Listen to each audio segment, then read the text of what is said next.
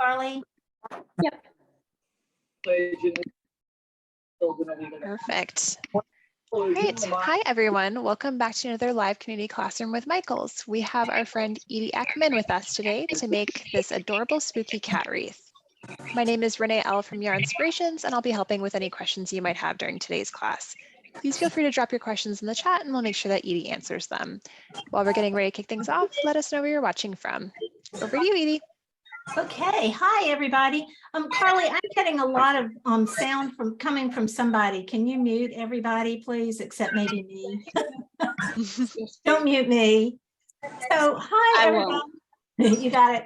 Hi everybody. I'm so excited about making this spooky cat wreath, which usually I have it to hold up, but I haven't made it, and I don't have the finished one, and I think that's because somebody at Your Inspirations kept the finished one and wanted to, it's that time of year, right? So we are going to get started with this crafty thing. I have done some of it ahead of time, so I'll be able to show you bits and pieces of it as we work together. So I will be using Red Heart Super Saver, just as called for in the pattern. I'm going to be using black and the orange color and a green rather than the purple that's shown in the pattern, but that won't matter. However, I'm going to be demonstrating using green yarn because you and I both know that black yarn is impossible to see. So the black was a little challenging, and I want you to be able to see my stitches. So I'm going to be using green yarn. Let me switch my cameras here so you can see there's my pattern I'm going to be working from. And I'm using a size H hook. You'll want to use whatever size is going to give you gauge, but I'll even talk about what happens if you're not getting gauge, because it's not going to be that big a deal if you're not getting gauge. Usually gauge really matters. Gauge always matters, but I'm going to let you fudge it a little bit this time. So let's take a look at the ears first. It says to make 2. So with color A, I'm going to chain 4. 1, 2, 3, 4, and then join with a slip stitch to form a ring. So this is something that many of you are going to be familiar with. I'm going to slip stitch in this first chain to form a ring. Again, you're going to be doing this with black, but you'd never see it in black. Okay, so there's my little ring, and I'm going to put all the stitches right here in the center. See where my pinky's coming out there? That's where the stitches go. I'm not trying to put them into the chain. I'm putting them right here into that ring. So sometimes I'll even kind of open it up like that so I can see it. So chain 1 and put 6 single crochets in that ring. So I just go straight into the center, yarn over, pull up a loop, then yarn over and pull through 2 to make my single crochet. I'm going to do that 6 times. And while I'm doing it, I'm going to catch this yarn tail underneath so that that's helping me kind of weave in the end. And it's not all the weaving in I'm going to do, but it also will help draw this circle together when it's a little bigger than I want it to be. So I'm going to put 6 single crochets in here. Let's see how many that is. 1, 2, 3, 4, 5, 6. Then it says, do not join. It tells me to put a marker in the first stitch. So that's this stitch back here.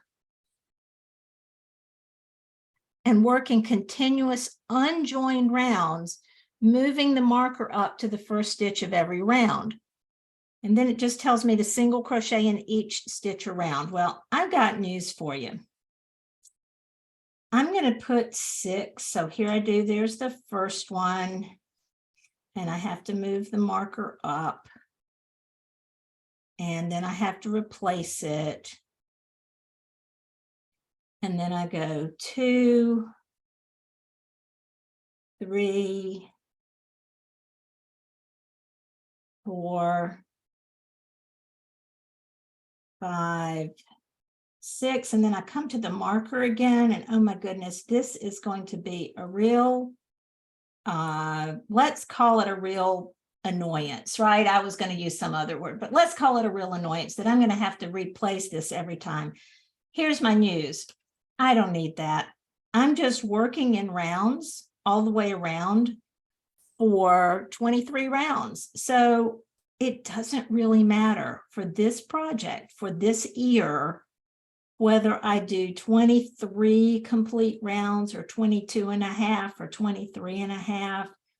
Honestly, it just doesn't matter. Now, I'm just working round in a spiral. Now it's cupping in this way. I actually want it to go this way. So after a few rounds, I'm going to turn it this way so the right side is on the outside. The other thing I might do at this point, I don't want that big hole there. Because I worked over this yarn tail, I can pull on it a little bit and tighten that up. Then I'm just going to work in rounds, just six stitches, but I don't even have to think about it. I made these ears the other day watching a football game because it didn't take any thought at all on my part. After you've done a few more rounds, you may want to go ahead and weave in this yarn tail. So now I'm going to do like the magic of preparing ahead of time. And I'm going to go, you do 23 rounds and then it looks like this. See that black? Kind of hard to see. But that's 23 rounds. I fastened off and I left a nice long tail because I'm going to need this for weaving it, for sewing it together. I'm going to make 2 of these. Then I'm going to take my wire, and we didn't talk about all the different things. Maybe I should talk about all the different things. Not only do you need yarn for this, you need some wire cutters, and I have like really fancy heavy duty. You can see these have really been used. These came from my husband's workshop, so whatever, yours probably look prettier than this. You'll need the wire. So I got this wire at Michael's. It's a 12 gauge wire. You'll also need some styrofoam rings. So I'm using a 10-inch ring for the head, not an 8-inch ring, but it'll be fine. And then I have the big one, which I'll show you in a minute, for the body. So you'll need all those other things too, and then the yarn needle. Okay, so I took the wire cutters and I cut a 12-inch piece of wire. So let me find my 12-inch piece of wire here. There's my 12-inch piece of wire. It's 12-ish inches, let's say. And I'm just going to stick the wire into the tube like this, right? And I'm going to stick it all the way through and put the tube right in the center of the wire. Then I'm going to take my head piece, my 10-inch ring. Look, I've already done one ear. And stick the wire right through the tube. I started some holes here, but it just sticks right through. Now this says, there's the first one I did. You can see I stuck it through, all the way through, and then bent up the ends like 1 inch or 1 1/4 inches, whatever the pattern says. It tells me to do that and then repeat with the other end of the wire, leaving a 1-inch space between the 2 wire ends. So that was about 1 inch. I stuck this in here already just to make it easier for me, but you just kind of, now that went through really easily. That's because I had pre-stuck it, if that's a word, but you can do it. You just have to work it through a little bit. So you just bend it around and stick it through the another hole here. So you can hear it. I didn't go all the way through on this one. It kind of crunches, it kind of brings out, you get this little piece of styrofoam comes out the other side. Now my ear got all bent up there. Let's see. Then I'm just going to pull that end around and pull this end around. And hopefully that looks like cat ears. Can maybe make it pointed. We'll see. So we're hoping that's going to look like cat ears. And these pieces of wire will just get cut off, will get covered when we make the covering for the wreath. So I'll set that aside. We've done the right ear and the left ear, and we're going to move on to the head covering. This is the waffle stitch, what is called the waffle stitch here. And again, I'm going to show you, you're going to do it in black, but I'm going to show you in green because you won't be able to see. Why do I have a knot there? So for the waffle stitch, it's worked over an even number of stitches, but the foundation has an odd number of chains. So it tells me to chain 17. I better leave a little bit more tail than that. Chain 17, and I'll just go ahead and do the 17. 1, 2, 3, 4, 5, 6, 7, 8, 9, 10, 11, 12, 13, 14, 15, 16, 17. So there's my 17 stitches. Then it says work in waffle stitch for 56 rows. Well, what is waffle stitch? Single crochet in the second chain from the hook. So I don't count the loop on my hook. There's 1, there's 2. A single crochet in that stitch. I'm just going under right above the bottom loop there and below the bottom 2, or I can work in the back bump if I want to, but for now I'm just going to work under those 2 strands. There's my single crochet in the second chain from the hook, then double crochet in next chain, double crochet in the next chain, single crochet in the next chain, and it's just double single all the way across.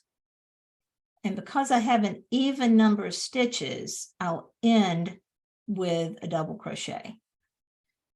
Give me just a second. If I lose track of where I am, I can just say single, double, single, double, single, double, single, double. And there's a reason I went ahead and did the 17 stitches because I want to show you what's going to happen. My gauge is not on target because when I did 17 stitches, when I was making the cover for this with the black yarn, my gauge is too big. I have too many stitches. When it's 17, it's going to be too big. So normally we're going to do a gauge swatch of at least 4 inches or 5 inches wide, but since we're not doing a piece more than 17 stitches or more than 16 stitches, I'm just going to take a quick look at it when I finish the first row. You can see it looks pretty straight across, but there's a tall stitch and a short stitch, double single, double single, double single. Let me do one more row, and then we're just going to do a quick gauge check and see what happens. Row 2 is a little bit easier. Chain 1, turn. And it's just the same thing. I'm going to single crochet in the first stitch. Ignore the turning chain right here. Single crochet, double crochet. Single crochet, double crochet. You're putting a single crochet in the double crochet from the row below, and then the opposite. So you're putting singles and doubles and singles, if you want to think about it that way. So you'll always start your row with a single crochet, and you'll always end your row with a double crochet. That's pretty helpful to know because while you can see it here on the green, it's really hard to see when you're doing the black. And I was crocheting this weekend wearing black pants and a black shirt and crocheting on black, and that was not ideal, even though I had plenty of light. So another thing you might want to think about doing is putting a pillowcase, a white pillowcase, on your lap, because it just makes it easier to see the black yarn. So let's stop right here for a minute. I'm going to reach over and grab, well, let me see. I'm going to reach over and grab my ruler. Notice that my 16 stitches equal 5 1/4 inches. That means my gauge is way off. 16 stitches was supposed to equal 4 inches. So I can do a couple of things. Now, this is not a great gauge swatch. I probably want to do another couple of inches. but basically I know that my gauge is with this size hook, I have too many, or my stitches are too big. So I can do a couple of things.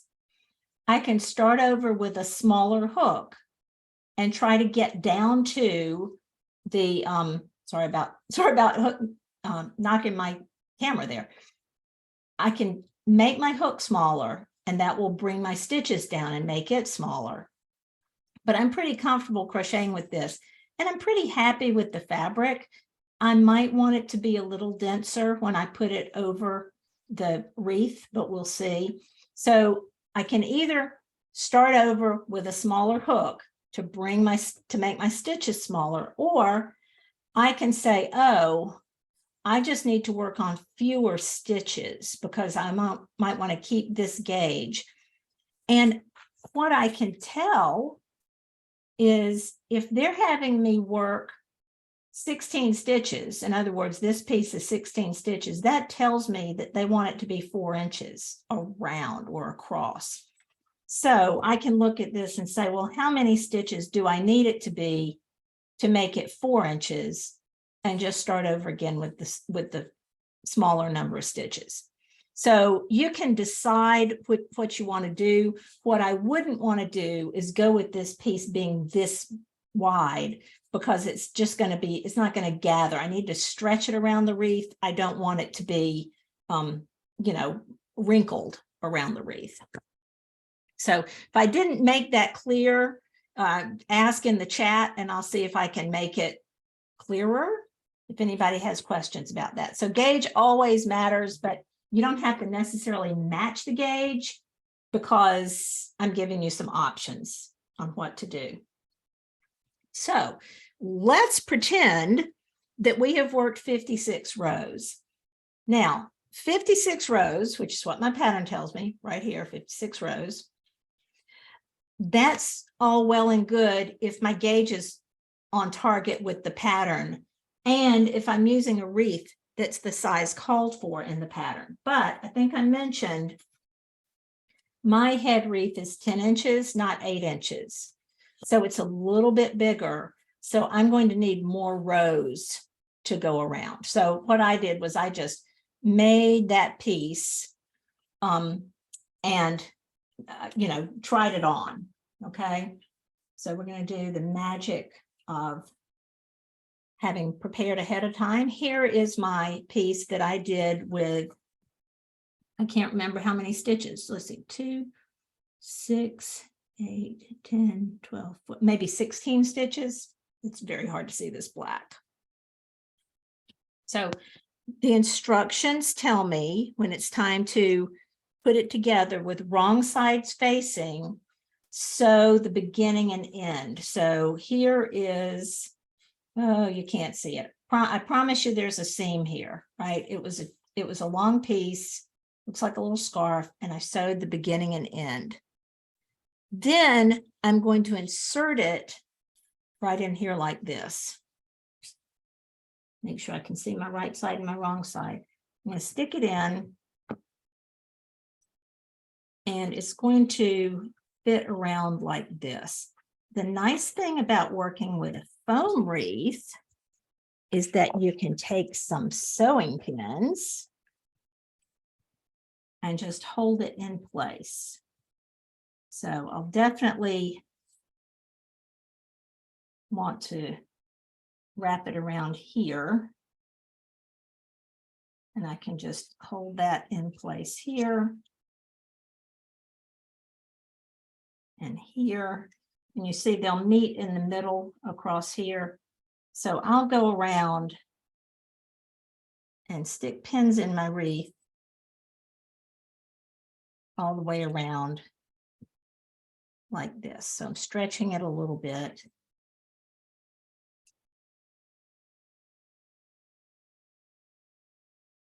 And Renee, while I'm doing this, if there are questions I need to answer, I'm happy to do that. There are. So Debbie had a question. If you redo the gauge with a smaller hook size, how do you know how many sizes to drop? Well, you just try it with the next smaller hook and you measure again. And if that doesn't work, you try it again with the next smaller hook. You're not having to do, it's not that many rows or that many stitches. So you may have to try a couple of times. If you're way off, you may want to drop down 2 hook sizes or go up 2 hook sizes, but usually I just do 1 increment at a time. I find I'm usually only 1 off. Trial and error for sure. Yeah. And then Dee asked, just going back to the waffle stitch, based on stitch counts, so your single crochets would be on top of the double crochets of the previous row, right? Yes, right. You're putting your singles in the doubles and your doubles in the singles. We could make a song out of that so we can remember. We could. So you see, I'm kind of stretching this around like this. Were there any other questions? Did I get everything? Yeah, we got everything. Okay. So, whoops. Here I've got this kind of stretched around, and you can see, I think it's the right length. I don't remember how many rows I did, but seems like it's about right. It's like having your own pin cushion here. So it looks like it's not meeting, but when I sew it together, it is going to meet. So I can take, let's see. These are the pieces, whoops. These are the pieces that were left from my ears, but I'm going to wait on those and not use them immediately. What I'm going to do instead is take a strand from, there's the ear piece. Let's get rid of that. I'm going to take a strand from where I sewed the seam together. I guess I started over here. And just start stitching the 2 sides together. It doesn't tell us how to do that, but I think it's not going to matter much because it's black. I think I've mentioned it's hard to see. So I may just decide to do a whip stitch around here like this. I do want to do it fairly close together to make sure that there are no gaps showing because it's going over a white wreath. So I'll do that all the way around. Just take my time. And of course, when I get to some pins, I can take the pins out just to make sure that it's looking good. And don't worry, I'm not going to spend the whole time doing this. I'll just take these out. So I will continue working all the way around, sewing it together around the outside. When I get up here and I've sewn this part together around through here, then I'm going to take the tails from my ears and sew them down onto this other black fabric. Can you see that? So I'm going to come across here. That'll be all nice and tight through here. And then I'll take these yarn tails and sew it down. And weaving in the ends, I'm just going to go kind of underneath on the wrong side. It's not going to show. You can tell really what you can't see here is you can tell that there's some texture to it when you're in person. That's the waffle stitch, but it's not, it's not a furry cat. It's a very dark black cat. So there we are with the head. We're going to pretend the head is done. Okay. Can we use our imagination and say we think the head is done? Let's talk about the tail. Well, the tail is going to be worked very much the same way as the ear was, in that you're going to do that chain 4. I'm going to do this with orange just because, well, let's go back. We're going to do that same chain 4. And I'm going to rip this out, except on after you do the 6 single crochets, you're going to do an increase round. So you single crochet, and then you're going to have 2 in one stitch, and then 1 in the next stitch. then 2 in one stitch, and 1 in the next, until you have 9 stitches. So it's a little bit fatter than the ears, but you're going to do the same thing in terms of cutting a, what does it say, a 12-inch tail and sticking it through and putting it in the body. So here is my fatter. You can see it's a little fatter than the ear was, few more stitches. The other thing I did here for this tail was I didn't like having this really pointy end here because I'm really clumsy and I could see myself getting hurt. I'm not so worried about the ends. Remember those little ends that came over for the ears, because they're going to be covered by this, but I could just see that tail poking out, that tail wire poking out. So what I did here was I just took my pliers and bent it back like this a little bit. I actually had needle nose pliers. So I just kind of made it into a little curl at the end. And that's what the inside of this looks like. So then I stuck it through the wreath the same way and pulled up the end. Made another piece, another waffle stitch piece, the same way as the head, except it's larger, right? So this one, for the body, it says to chain 19 because this wreath is larger. The diameter of the wreath itself, like this part of it, is a little bit fatter. So I did that, made it the right length, sewed it around the outside, and sewed the end of the tail, the base of the tail, onto the fabric. So there I am with my tail and my body wreath. One thing I want to mention about this, depending on which what wreath form you're using, my wreath forms came from Michael's, of course. I'm not sure whether all wreaths, like if I say this is a, what is it, a 12-inch wreath? Is that what it tells me to get? 14-inch wreath. I'm not sure that every 14-inch wreath, when they're measuring 14, they're measuring this way. But this part of it could be different sizes. So you might want to double check before you worry about the gauge and all that stuff I talked about. Just do a few inches worth of the waffle stitch and wrap it around your wreath form to make sure that you have the right distance. Because what if yours is fatter here, then you're going to need more stitches. Or if it's skinnier, you're going to need fewer stitches. So this is all kind of like, you have to be crafty. You have to think about it a little bit and think about what it means to, like, what it is you're doing rather than just exactly following the pattern. Okay. Any questions, Renee? No, I think that's a great point. It's reading your work. Reading your work. Have you heard that before from anybody, Renee, about reading your work?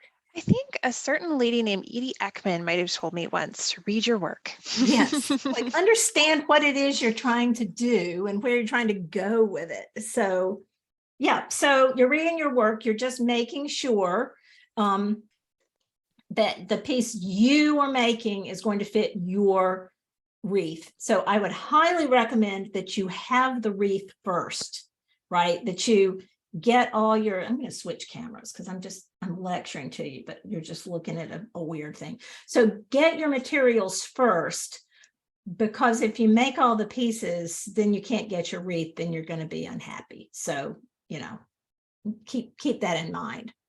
Okay. And I see Maybelle says she has a question about the cat pattern. Can you tell us what that is? Maybe I'll write it in the chat.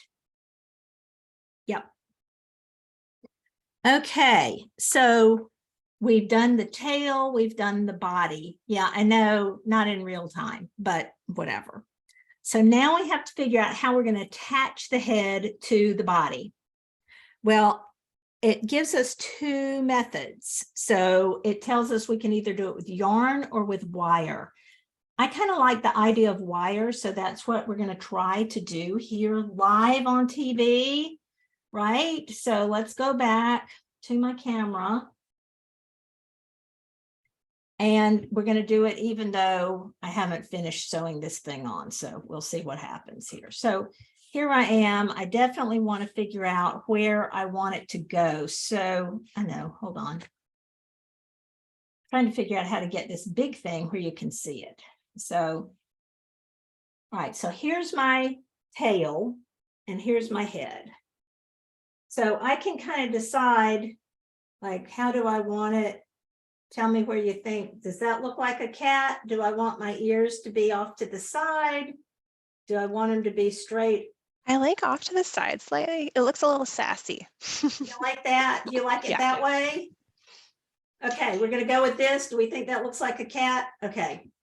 I'm going to hold it just like this and put it down on my table. Like this, and then switch cameras. Okay. So this is where it was. I'm going to take these pins out for now. So that's where we think we want it to be. So I'm going to take, and again, I haven't practiced this because I didn't know how to practice it and have it like not put together already. So we're just going to see what happens with live TV. So I have what is supposed to be a 14-inch piece of wire, apparently. My assistant, my husband cut it for me, so he did a pretty good job there. All right, so cut this piece of wire and insert it through the head and the body, and then wrap the two ends of wire together in the back of the wreath. So what does that mean? I think that means that I have to go through here. It's like doing an operation. And here I am going pokey, pokey, poke. Come on. Pokey, pokey, poke. Actually, I'm going to stick a pin here and a pin here because that's going to tell me where I want to come out. I think I'm going to have to.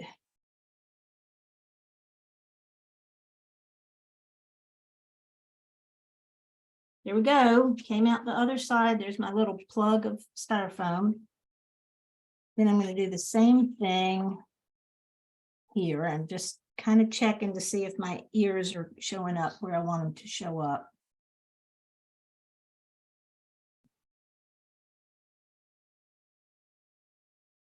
Is this exciting or what? I have to start calling you Dr. Edie. Yeah, okay. Well, that didn't go quite straight through, but okay. So there we go. They're connected. And I'm going to flip it over here. It says wrap it together in the back. So I'll wrap it together like this. I'm not going to do it permanently, but I would probably use my pliers, you know, to get it nice and tight. So that's not going to fall. They're not going to come apart unless I'm not careful and I somehow rip this out through the foam. Now, another thing I might do, I'm just sort of thinking of this as I go. I might also wrap some yarn around it just because that would make me more comfortable too, like to have some more yarn all the way around or figure eighting, whatever, because I'm kind of a belt and suspenders person. So let's just not let it fall apart. All right, so there we are with the cat. Let me switch it so you will be able to see what we have so far. So there's my cat so far. Okay, it's looking kind of like a cat, but we need the bow. So I'm going to put this one aside. I think we ought to name it too, don't you think? I love that idea. If you have ideas for the cat's name, please let me know. Because now we have to do the bow. So, Sylvester the cat, of course. I actually have 2 black grandcats. So 2 all black grandcats, but they don't have fancy names. So, okay. So for the bow, it tells me with B, so that's the orange. I think it has a different name, but I'm calling it orange. Chain, it tells me to chain 14, but I think they meant chain 13. 1, 2, 3, 4, 5, 6, 7, 8, 9, 10, 11, 12. I'm going to do 13, even though it says 14. Double crochet in third chain from hook and in each of next 10 chains. At this point, I know that I'm making a bow, and I know that the bottom of the bow and the top of the bow, I want to look the same. So I'm going to work in the back bump of the chain because that's going to give me a nice series of V's at the bottom that are going to just look just like the top. So double crochet in the third chain from hook. So I'm counting backwards from my chain. 1, 2, 3. I'm going to work into that chain, but I'm going to flip it over. So I'm looking at that back bump and put my double crochet in there. If you're not familiar with working in the back bump, I have a video about it. Sometimes it's called the back bar. But I love to do it when I know that the first row is going to be shown and I'm not going to have another edging on it. So working in the back bump of each of these chains across. And when I get to the next to the last stitch, I'm going to show you the little trick we're going to have to do, because these are 1 row stripes, and 1 row stripes would be a real pain to cut the yarn at the end of every row. If you've ever done that, you know what I'm talking about, but we're going to do it without cutting the yarn. Instead, we're going to carry the yarn across. So let me get to the end of the row. I'll show you what I mean. Yeah, and I see Tracy says yarn won't scratch the door. That's a great point. I might cut those strands off really short, those wire strands off, and then add some yarn to it. Okay, so here I am at the last stitch. I am not going to finish my double crochet. Instead, I'm going to take my next color. In this case, it's green. I have to cut my yarn because I was using it for something else.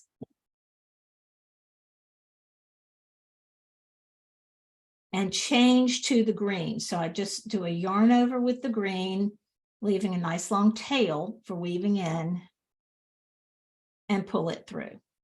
So now I have changed to the green. Okay.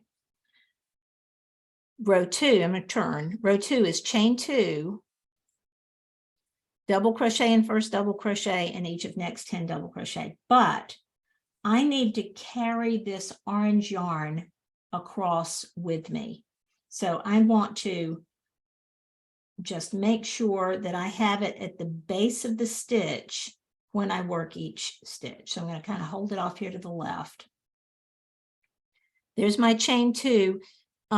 This is not counting as a stitch. So I'm not counting that chain 2 as a stitch. That means I'm going to work into this very first orange stitch. And as I double crochet across, I'm catching this orange yarn at the base of each stitch. See me carrying it across at the base of each stitch. So I'm going to whip across here. And when I get to the end of the row, the orange yarn will be waiting for me, and I'll be able to just pick it up and start using it. So here I am coming across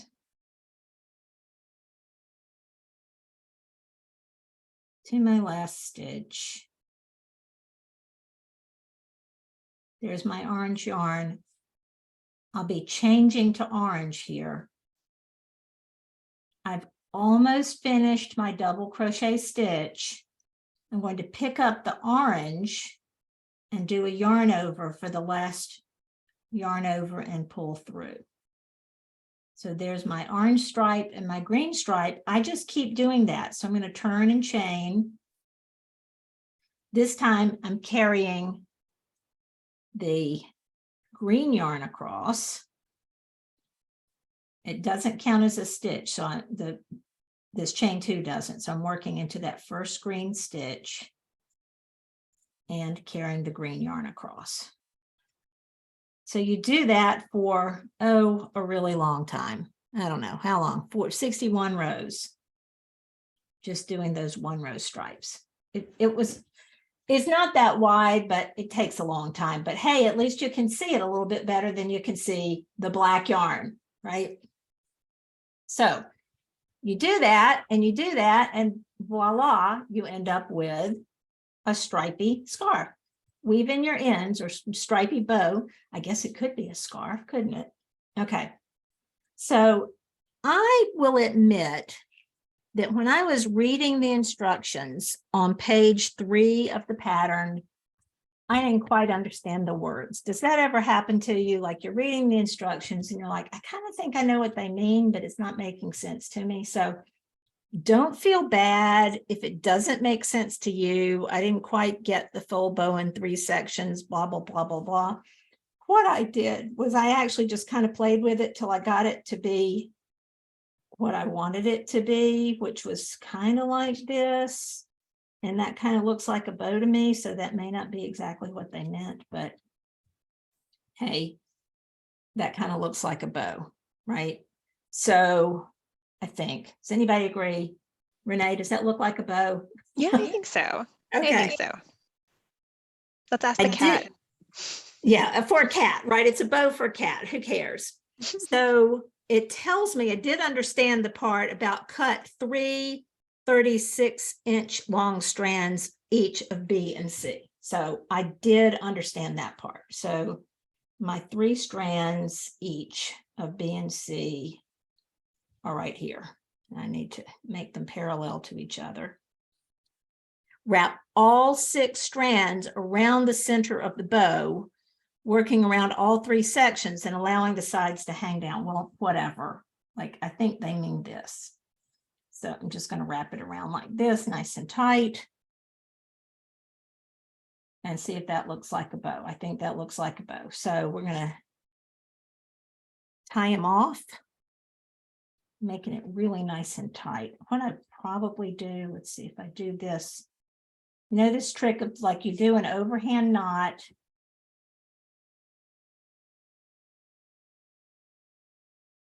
Do an overhand knot, but you wrap it twice like that.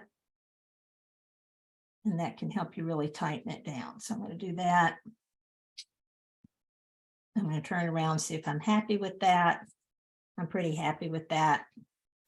So now I can make sure that's where I want it to be. And then I can use these 3 strands to wrap around the neck of my cat. So let me pick her up very carefully. I don't know if it's a her, it's an it. And I will tie these strands around right here. It's like my voodoo cat because she's still got these pins in her head. So let's see what this looks like. So not quite finished, but she's really getting there. I think I can finish her tonight when we finish this class. Let's see. I may have to play with this a little bit to get it where I want it to be because I don't like the way that's showing. Let's see. Like, there we go. How about that? That's great. So there's our cat with the cute tail. I can make the tail move, or I can move the ears if I want them to be, you know, a different, cocked a different way or whatever. Like, wouldn't it be cute to have one kind of like that? I don't know. Play with it different ways. So there's your spooky, what is it? The superstitious, what do they call it? Superstitious black cat wreath. Oh, and then the hanger, we've got the hanger. So the hanger, let me put her down. The hanger is really simple because I was just thinking, how are we going to hang that up? But there are instructions for that too. So for that, you're going to take 2 strands of yarn, 2 strands of black, but you know what? You can't see the black. So I'm going to do 2 strands of other color just to show you. holding 2 strands together, you're going to chain however many it says. So it's a pretty thick chain. It's pretty tight. So you make the chain according to the pattern. Then you cut it. It's longer than this, by the way. Fasten off. And then, does it tell you to, oh, I should have done a slip knot. So rather than fastening off at this point, I should read the instructions. Follow the instructions, people. Don't do what I say. Here you go. You do your chain however long it says. Then you join it with a slip stitch in the first chain, just like we started, to form a loop. And then you fasten off.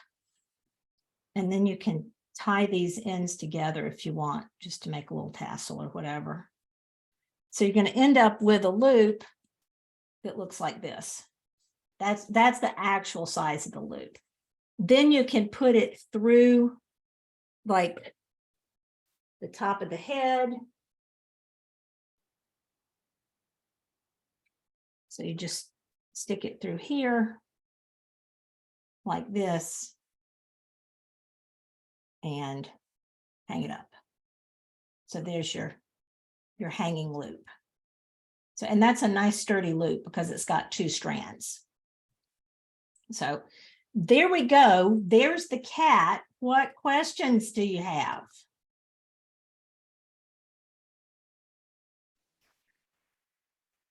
How did you do all that with the magic of television?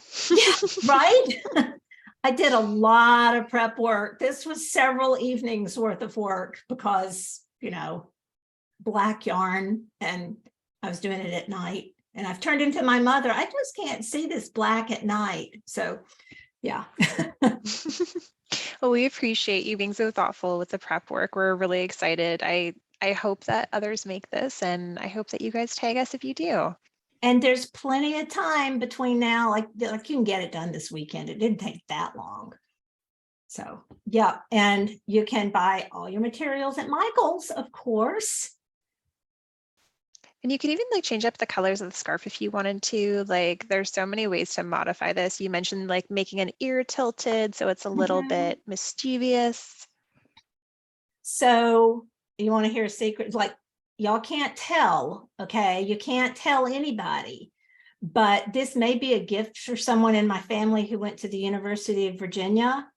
If you recognize these colors, these are UVA colors. So, you know, the cat might be more of a UVA cat than a spooky, superstitious cat, but don't tell anybody in my family that might happen. Okay. Your secret is safe with us on the internet. internet. With all 100 people or whatever who are here or who might be watching this, don't anybody tell. All right. Okay. Well, I think maybe we're good. Okay, great. Well, thank you so much for joining me. And if you don't already subscribe to my newsletter, I have 2 newsletters. I have a weekly newsletter and I have a monthly newsletter. And you can find both of these on my website, which is edieeckman.com. And I'm on social media everywhere as Edie Eckman, nothing fancy. I'm just Edie Eckman everywhere. So I hope you will join me sometime. And if you make any of this stuff, please tag, I'm going to let you say it, Renee. You're going to tell us all the yarn spo and make it with Michael's. But you're so good at it. All right.